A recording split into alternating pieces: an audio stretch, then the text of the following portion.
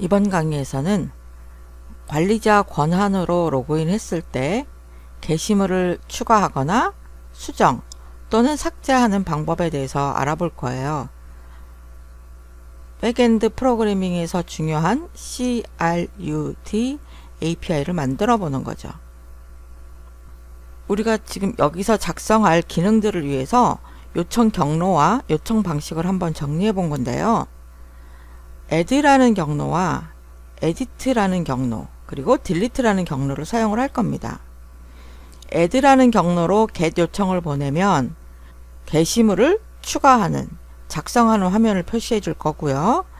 이 add 경로에서 post 요청을 보내면 작성한 게시물을 데이터베이스에 저장할 거예요. 그리고 edit라는 경로에서 id 값을 함께 보낸 다음에 get 요청 방식을 사용을 하면 이 id에 해당하는 게시물을 가져와서 보여줄 겁니다. edit라는 경로에서 id를 함께 전송하면서 put 요청 방식을 사용한다면 수정한 내용으로 데이터베이스를 업데이트 해줄 거예요.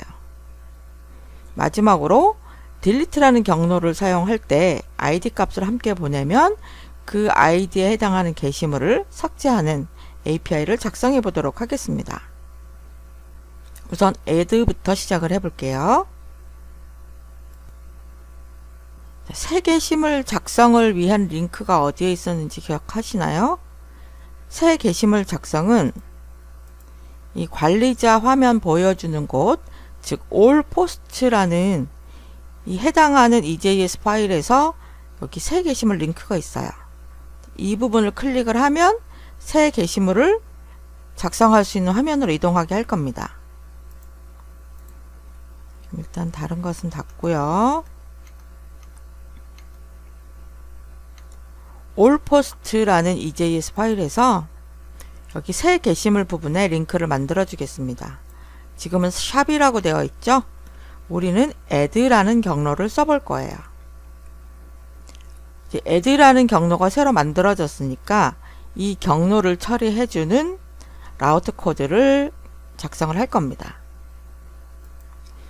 이 add라는 경로로 요청이 들어갔을 때 새 게시물을 작성을 해줄 텐데 그 새 게시물 작성을 위한 EJS 파일이 필요해요.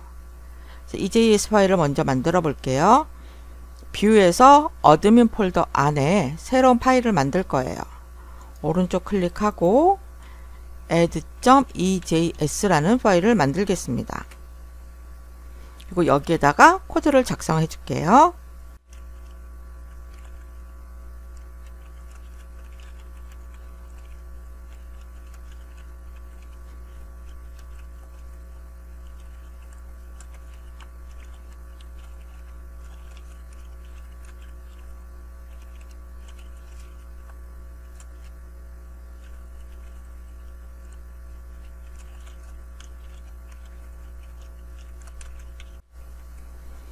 네, 이렇게 해서 EJS 파일을 만들어줬습니다. 폼이 있고요.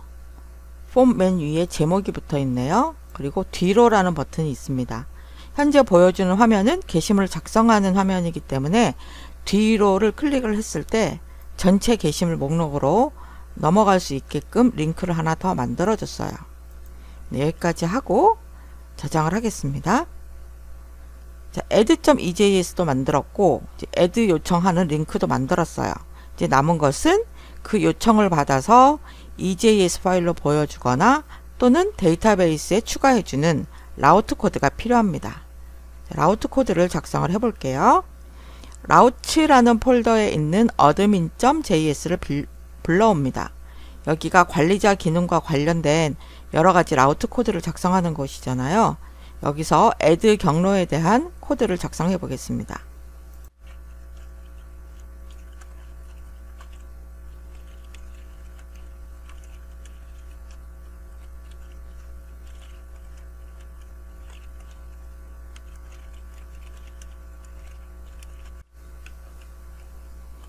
이렇게 작성을 하면은 add라는 경로로 get 요청이 들어왔을 때 어드민 폴더에 있는 add.ejs 파일을 렌더링 해줘.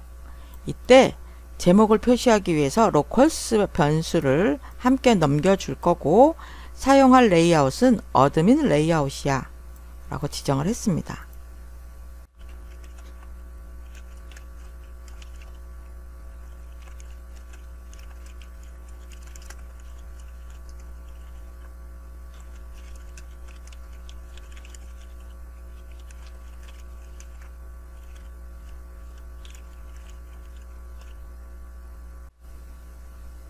네, 이제 포스트 요청 방식에 대한 라우트 코드도 다 작성을 해줬어요. 본문에서 작성한 값을 가져와서 타이틀과 바디라는 변수에 넣어줄 거고요. 그리고 create 함수를 이용을 해서 그 포스트 모델에다가 new post를 추가를 해줄 겁니다. 추가가 끝나면 all post, 전체 게시물 화면을 보여주는 곳으로 리다이렉트 시킬 거예요. 저장을 해보겠습니다. 자, 브라우저로 가서 새로 고침하고요. 새 게시물 링크를 클릭을 해볼게요. 그러면 아이코 여기 오타가 있네요. 잠시만요. 네, 뒤로를 누르면 올 포스트 전체 게시물 화면으로 이동을 할 거고 여기 새 게시물을 누르면 게시물 작성을 위한 EJS 화면이 나타납니다. 제목과 내용을 넣을 거예요. 제목과 내용을 입력하고 등록을 눌러 볼게요. 맨 끝에 테스트용 게시물이라고 하고 우리가 방금 만든 게시물이 추가된 것을 볼 수 있습니다. 자, 그런데 여기서 하나 우리가 짚고 넘어가야 될 게 있어요. 여기 로컬호스트 뒤에 애들하고 경로를 추가하면 게시물 작성할 수 있는 화면으로 이동을 해요. 지금 우리는 관리자로 로그인한 상태이기 때문에 이렇게 나타나는 게 자연스럽죠. 한번 로그아웃을 한번 해볼게요. 관리자로 로그인한 상태가 아닌 거예요. 이 상태에서 뒤에다가 애들을 붙여서 요청하면 게시물 작성 화면으로 이동합니다. 혹시라도 이 경로가 노출이 되어서 로그인하지 않은 상태로 갑자기 이 add라는 경로로 치고 들어왔을 때도 이 기능을 사용할 수가 있다는 거예요. 그래서 우리가 여기서 필요한 기능이 뭐냐면 중간에 이 경로로 요청을 하게 되면 관리자로 로그인한 상태인지 아닌지 체크해주는 기능이 필요합니다. 추가를 하거나 수정을 하거나 삭제를 했을 때 이 접속한 사람이 관리자여야만 해요. 관리자가 아니라면 이 경로를 알고 있다 하더라도 이 기능을 사용할 수가 없게 만들어줘야 됩니다. 그래서 필요한 게 로그인을 체크해주는 미들웨어입니다. 네, VS 코드로 가서 이제 미들웨어를 만들어 줄 건데요. 미들웨어를 별도의 함수로 만들어서 app.js에다가 나는 얘를 미들웨어로 사용하겠어 라고 등록을 해 주셔도 되고요. 여기에서는 그 체크하는 코드가 짧기 때문에 직접 라우트 코드 안에다가 정의를 해 주도록 하겠습니다. 네, 요청을 보낸 사람이 관리자인지 아닌지 체크하는 함수를 만들 건데 저는 함수 이름을 체크 로그인이라고 해보겠습니다. 이 함수에서 할 일은요. 요청을 서버로 보낼 때 관리자로 로그인된 상태라면 토큰도 함께 보낸다고 했었죠. 토큰이 있는지 없는지를 먼저 체크하고 토큰이 없다라면 로그인할 수 있는 창으로 보내주고요. 토큰이 있다면 그 토큰이 내가 발행한 토큰인지를 확인하는 것입니다.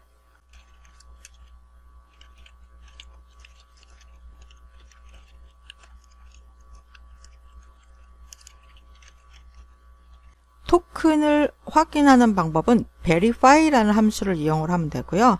이 함수에서 토큰과 비밀키를 사용을 해서 내가 발행한 토큰인지 확인할 수 있습니다. 네, 이렇게 하면 토큰이 없을 때 로그인하는 창으로 연결을 하고요. 토큰이 있으면 verify 함수를 이용을 해서 토큰 체크하고 토큰을 체크를 했는데 내가 발행한 게 아니었다. 그러면 다시 로그인 창으로 연결해 줘야 되겠죠. 이렇게 체크 로그인 함수를 미들웨어 형태로 작성을 했어요. 여기 이 넥스트가 들어가기 때문에 관리자인지 아닌지 체크한 다음에 관리자라면 하고 넥스트를 처리해 주면 됩니다. 이렇게 만든 함수는 관리자 기능과 관련된 라우트 코드를 작성할 때마다 포함시켜서 체크를 해줘야 돼요. 제일 먼저 all post, 즉 전체 게시물 보여주는 라우트 코드로 이동을 해볼게요.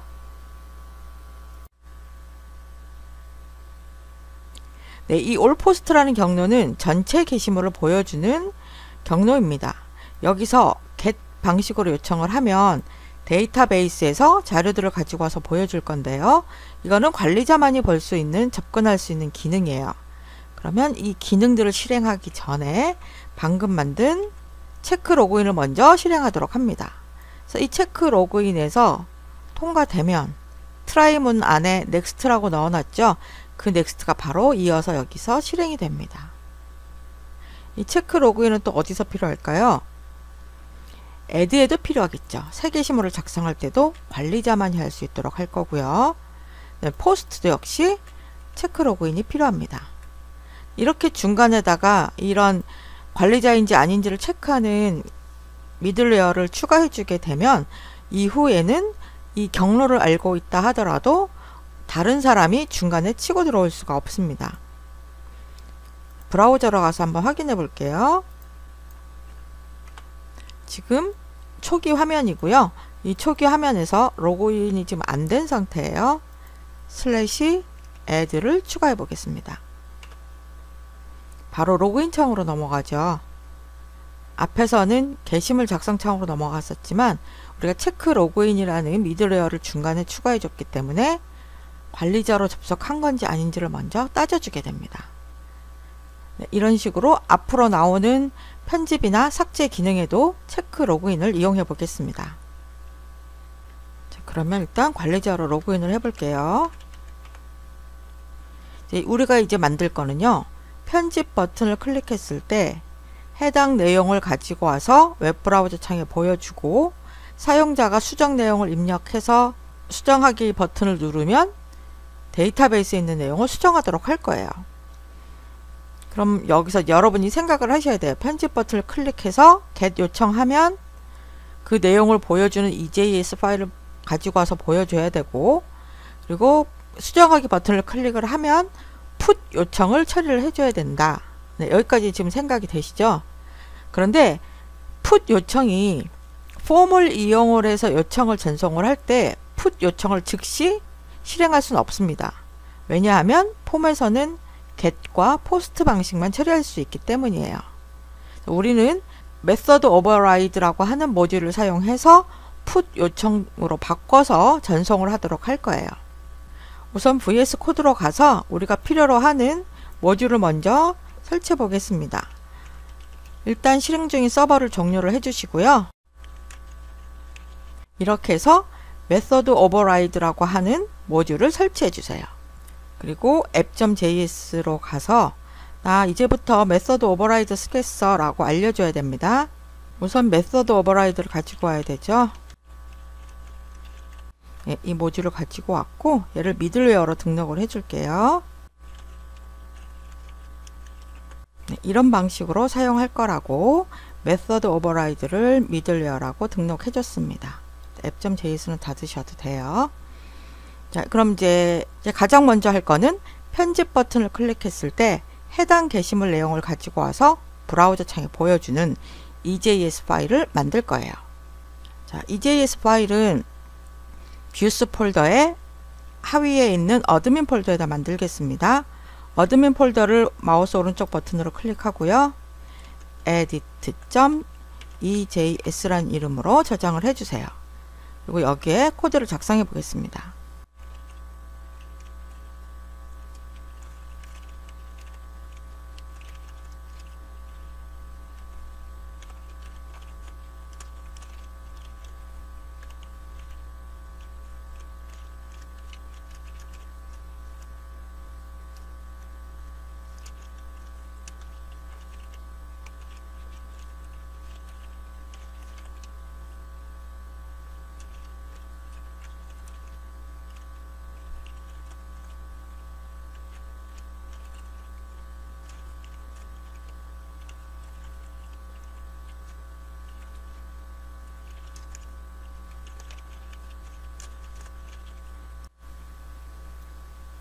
네, 이렇게 해서 edit.ejs를 작성해 줬어요. 이건 보면은 앞에 만들었던 add.ejs랑 되게 비슷합니다. 게시물 제목과 내용을 입력해서 등록했었죠. add.ejs에서는 edit.ejs는 이미 게시물에 들어가 있는 제목과 내용을 가지고 와서 보여주는 거예요. 이 폼에서 요청 경로를 보면 edit라는 경로 뒤에 우리가 id를 붙일 텐데 그 id 값을 어떻게 가지고 오냐면 라우트 코드에서 넘겨주는 데이터 변수를 사용을 할 거고요. 그 데이터 변수 안에 있는 id 값을 사용할 겁니다. 그리고 물음표 뒤에 메서드를 푸시라고 한 이유는 원래 폼에서 사용하는 메서드 방식은 포스트인데 여기에서 이것을 풋으로 바꾸기 위해서 밑줄 메서드를 이용해서 풋으로 바꿔준 겁니다. 이 폼 안에는 텍스트 필드가 하나 있고 텍스트 영역 필드가 하나 있는데 텍스트 필드에는 가져온 데이터에 제목을 넣어줄 거고요. 이 body라고 하는 텍스트 영역에는 데이터에서 가져온 본문을 넣어줄 겁니다. 그리고 그 다음에 수정이라는 버튼이 있어요. 이 수정 버튼을 클릭을 하면 put 요청을 보낼 겁니다. 네, 이렇게 해서 EJS 파일을 만들었어요. 그래서 여기서 여러분이 기억해 두실 것은 데이터라는 변수로 내가 받는다. 라우트 코드에서 서버에서 가져온 게시물 내용을 데이터로 내가 받는다라고 이것만 기억해 두시면 됩니다. 라우트 코드에서 데이터를 넘겨주면 되는 거예요. 그러면 다시 라우트 코드로 가보겠습니다.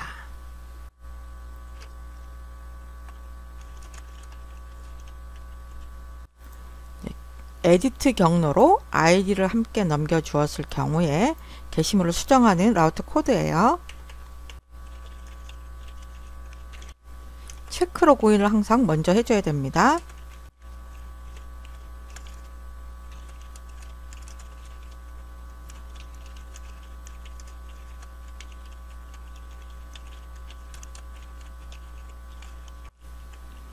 이렇게 작성했습니다. 로컬스 변수는 여기 화면에 제목을 표시하기 위해서 넘겨주는 변수고요. 데이터는 데이터베이스에서 가져온 게시물 정보가 담겨 있습니다. 그리고 레이아웃은 어드민 레이아웃을 사용할 거예요. 이렇게 해서 작성했고 이제 풋도 한번 같이 작성을 해 볼게요.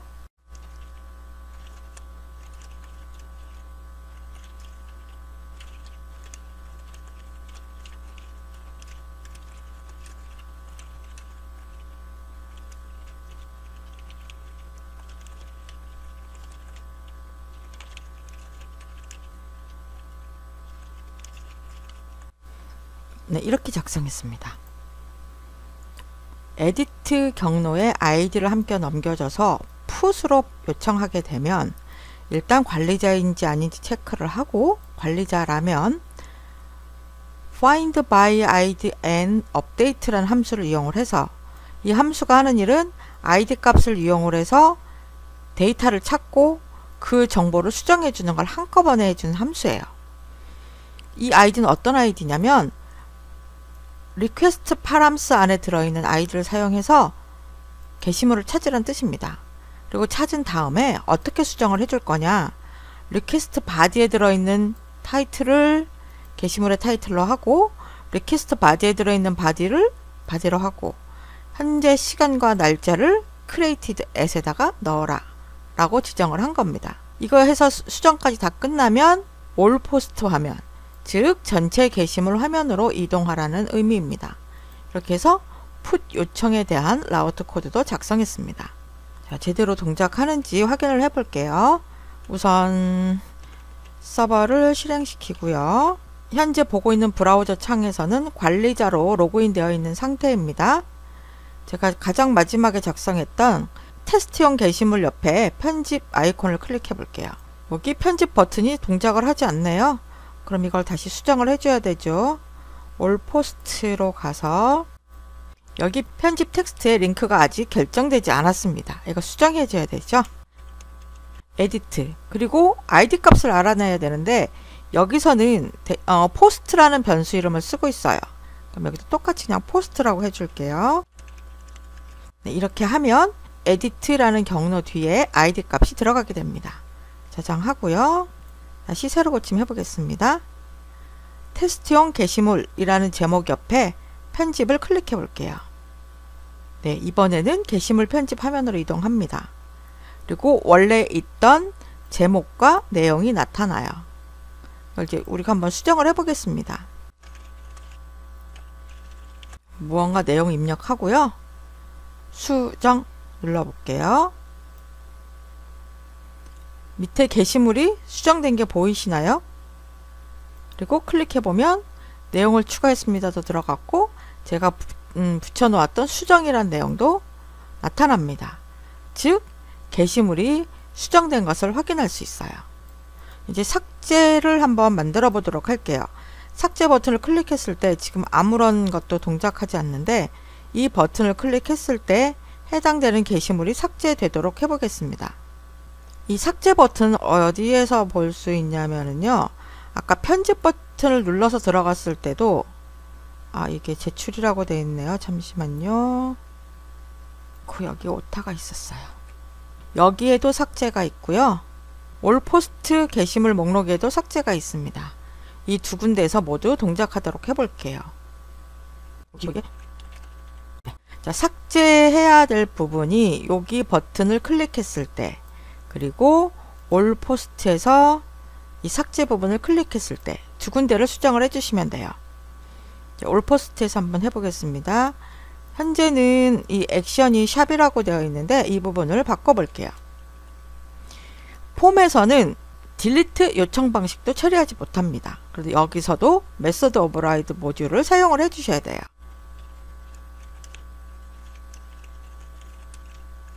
네, 이렇게 하면 이 폼에서 삭제라는 버튼을 클릭을 했을 때 이 경로로 딜리트 요청을 보내게 됩니다. 이거를 고스란히 복사를 해서 한 군데 더 있죠. 에디트 부분. 여기도 넣어보도록 하겠습니다. 네, 여기서는 데이터로 받고 있기 때문에 여기 퍼스트를 데이터로 바꿔줄게요. 네, 이렇게 해서 수정을 해줬어요. 네, 이제 삭제 버튼을 위한 링크는 다 수정을 해줬고요. 남은 거는 딜리트 요청 방식을 처리하는 라우트 코드만 작성해주면 돼요. admin.js로 가서요. 여기다가 라우트 코드를 추가해 보겠습니다.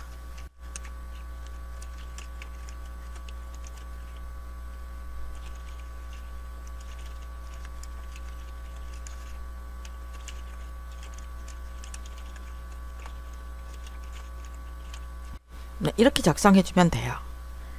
딜리트 경로로 아이디를 함께 넘겨주면서 딜리트 요청한다. 그 경우에 일단 관리자인지 아닌지 체크를 해주고요. 관리자라면 포스트 데이터베이스에서 아이디 값을 이용을 해서 그 게시물을 찾고 딜리트 해줘 라는 뜻입니다.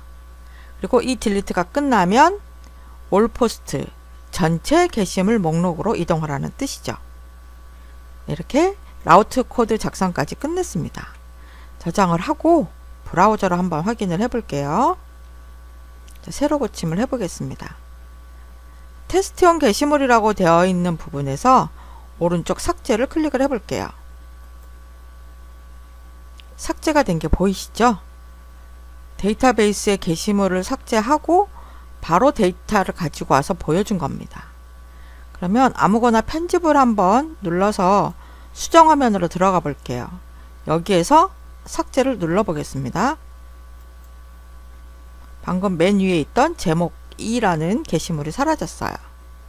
삭제 버튼도 정확하게 동작하는 것을 볼 수 있습니다.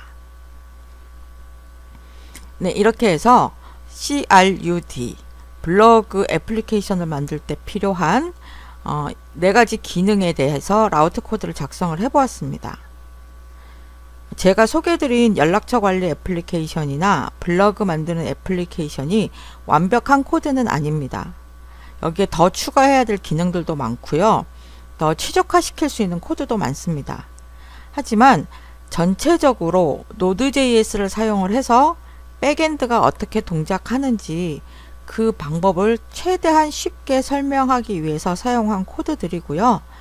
여러분들이 앞으로 공부해 나가면서 이 코드를 여러분에 맞게 그리고 더 효율적으로 수정해서 사용하실 수 있습니다. 혹시 동영상 강의나 책을 보다가 궁금한 점이 있다라면 소개해드리는 링크로 들어오셔서 질문을 남겨주시면 제가 아는 한도 내에서 답변 드리도록 하겠습니다. 감사합니다.